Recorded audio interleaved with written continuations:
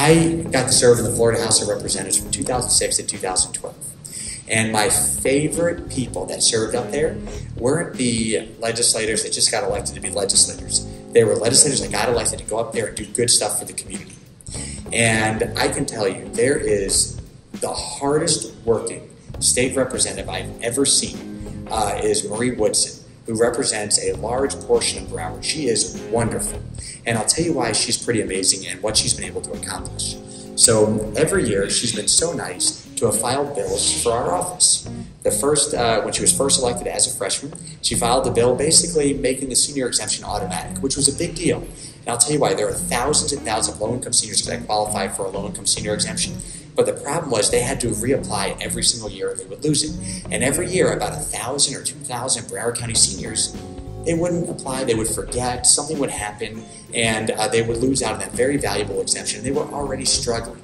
And even the seniors that would apply, they would really stress out. They'd constantly call our office to make sure we got their renewal card, those different things. And so Marie actually filed a bill to make it automatic. That basically said every single year we just have to send them a little letter. So this is what your income has to be. If it went over, please let us know. If not, you're automatically going to get the exemption next year. And the way that she was able to get that done, you have to understand how the Florida legislature is. When you're a Democrat from Broward County, it's not an easy place to be able to get things passed. And the reason being is because the Democrats, and I'm a Democrat, are very, very much outnumbered in the Florida legislature. The Republicans have about 2/3. They pretty much control everything.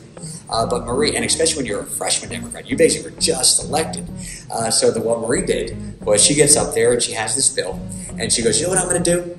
I'm going to get this thing passed. And I'm like, Maria, I have a lot of faith in you. It's going to be hard. She's like, watch me, Marty. I go, okay. So what she did was she literally went to the chairperson's office every single day for about 6 times every single day throughout session. Did not stop saying, I want you to hear my bill. I want you to hear my bill.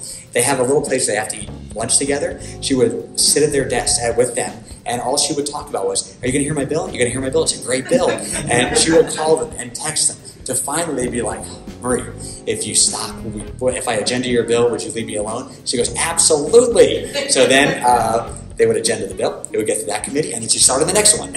Same thing. But it was amazing because she was able to get that through, and that helped 38,000 seniors so far in Broward County and hundreds of thousands of seniors statewide.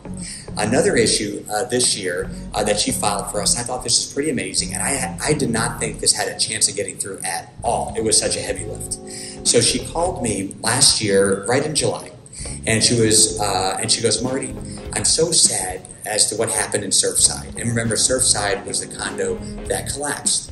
And she goes, I learned something recently that that their tax bill in November is going to be a full tax bill. And she was right, because the way it works is January 1st of the tax year is the day we determine the amount of you pay the value of the property for tax purposes. So on January 1st, for example, of 2022, whatever your home looked like, that's what your November tax bill is going to reflect. And so in Surfside, on January 1st, that whole building was there. Unfortunately, the tragedy occurred. And so technically the November tax bill to all of their estates, to anybody that was still living, it was supposed to be exactly what the property looked like on January 1st. And Marie just thought that was so unfair. And she goes, Marty, what can we do together to try to fix this? And we brainstormed. And we realized that in the past, if there were hurricanes that destroyed things, the legislature for that specific hurricane would say, okay, you can ask the property's office for an abatement of property taxes. You can only pay for the year that the property was in use. And she was like, I wonder if I can do that, basically just make it for anything that gets destroyed. Basically, so it's just fixes a big inequity in the system. And I go, absolutely. I go, Marie, I really appreciate you doing it, but it's going to be a very heavy lift. It's a very difficult bill to pass. But she goes, I'm going to give it a shot. I go, wonderful. And you have to understand, a representative can only file 6 bills. And so that's not a lot of bills to be able to file. And so she did. She filed the bill, and she did the same thing she did before. She worked it and worked it and worked it and just drove the committee chairs crazy until they finally heard the bill. And she was actually able to get that fully through, and she was even able to make it retroactive before, so it could actually help the Surfside people. And so I thought it was just amazing what she was able to do, or not Surfside, it will help other people this year where it happened. And so I just thought it was pretty amazing. So I wanted to just give her a huge plug, because I can tell you this, these are things that now I'm able to do for people. I can help a lot more seniors because of what Marie did. I can now tell somebody, you know what, you just suffered a terrible tragedy on your property, something nobody should have to go through, but here's how I can help you. And that's why, you know, we all should be very proud of her. Very proud. Absolutely. Absolutely. Thank you so much. I really appreciate it. Oh, and she's actually filing a great bill for us next year, too. And I'll tell you what that bill is, and I'm very excited about this.